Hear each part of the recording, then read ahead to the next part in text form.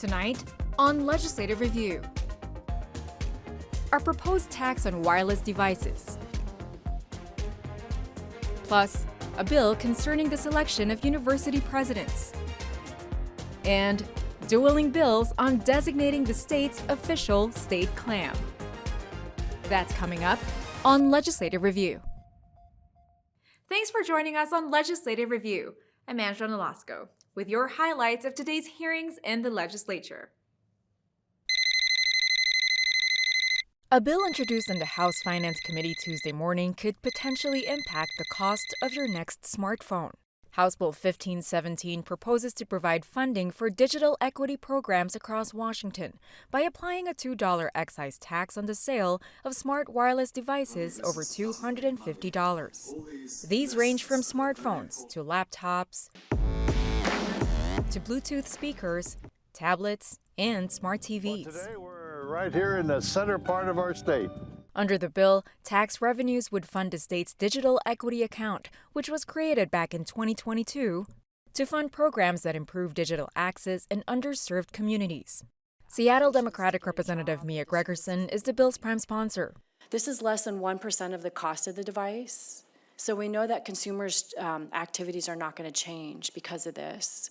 So while it feels regressive, we believe that it's the least regressive. There's about 6 million people in Washington state that need some sort of form of skills or support in purchasing devices or help in purchasing affordable, fast enough internet. The cost of broadband is more than that. So we have to figure out ways to close the gap for the millions of people in Washington state. Hey Siri, what's the weather like? Supporters say it would provide crucial funding to narrow the digital divide for Washingtonians, especially in rural areas where they rely on technology for life-saving healthcare and other vital services. Digital equity advocate Sony Wilson. Right now, too many of our rural communities, veterans, youth, and seniors are falling behind because they lack the digital tools to participate in today's economy. Employers need a workforce that's digitally literate. Small businesses depend on digital access to grow.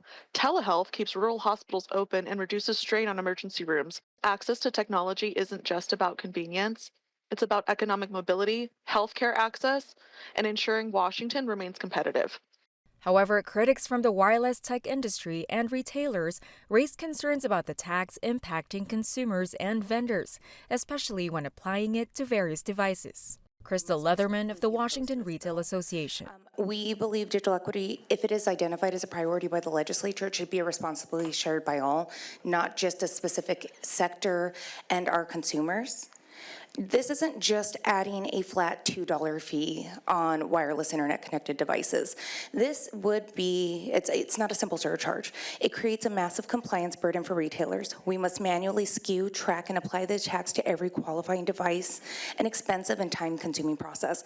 One single tablet could result in 60 different SKUs. In addition, the bill is very burdensome. There's a level of compliance and If the bill is enacted, 30% of the revenue collected each quarter would be directed to a newly created learning device and technology account, which under the bill would support programs that promote digital citizenship, internet safety, and media literacy.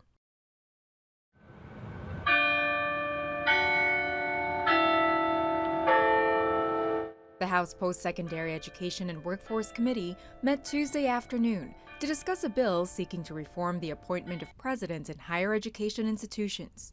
House Bill 1337 proposes to require public colleges and universities to increase transparency and public involvement in their selection process of their next president. Under the bill, governing boards of public institutions like the University of Washington, Washington State University, and regional universities must follow a new procedure. Once a short list of up to 4 priority candidates for the president's position is identified, the board would need to provide public notice about these candidates at least 30 days before taking any final action on their selection. During this 30-day period, the governing board must host a public forum on campus where students, faculty, the media, and other members of the public can meet the candidates for questions and know their vision for the school. Supporters say this will increase accountability to leadership decisions at public universities and colleges and allow more input from the campus community. Democratic Representative Jerry Paulette sponsored the bill. After the bill was written and brought to me by faculty across the state, what emerged from the process and discussions was that there was great consternation over an interpretation from the assistant AGs at the two schools that the faculty and student regents were not able to vote and participate fully in the decision of who to choose for president. Our intent was for them to participate and be able to vote.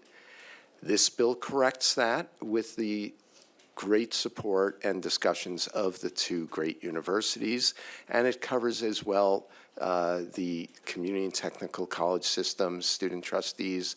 Speaking in support, Jacob Vigdor of the University of Washington faculty.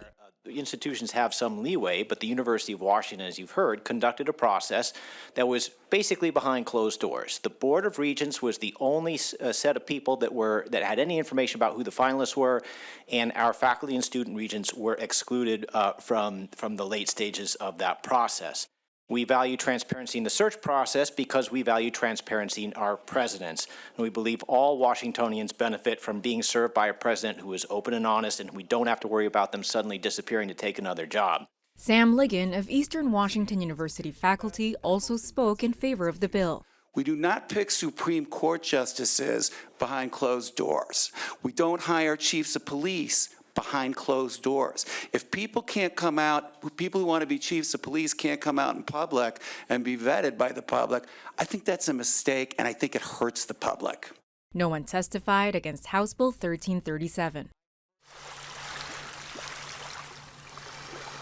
Making waves in the Senate are two dueling bills that aim to designate which mollusk should be named Washington's official state clam. Senate Bill 5625 says it should be none other than the geoduck, which is farmed mostly in the southern part of Puget Sound. Geoducks live long. The oldest recorded geoduck lived for 168 years. Senator Sharon Shoemake sponsored Senate Bill 5625. I think the geoduck is great. It is the largest burrowing clam in the world, and I think that's kind of exciting. And it cleans the water as it lives. So I think all of those are pretty cool things. On the other side of the coast is Senate Bill 5560, sponsored by Senator Mike Chapman, which says the Pacific razor clam should be named the state clam. It's clam to fame, Washington's Razor Clam Festivals, one in the city of Ocean Shores and the other in Long Beach, flaunting its iconic popularity among Washingtonians who are always anticipating clam digging season. Those in support of the razor clam being named the official state clam say it reflects the history, heritage, and culinary taste of Washington state. Speaking in favor of the bill, Pacific Beach resident and razor clam enthusiast Jamie Garner. The shell is beautiful, it's streamlined, a beautiful color. The rings actually tell the age of the razor clam. With a microscope, you can tell.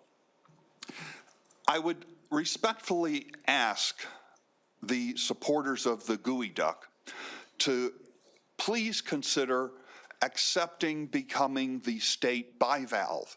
I think it's a reasonable compromise.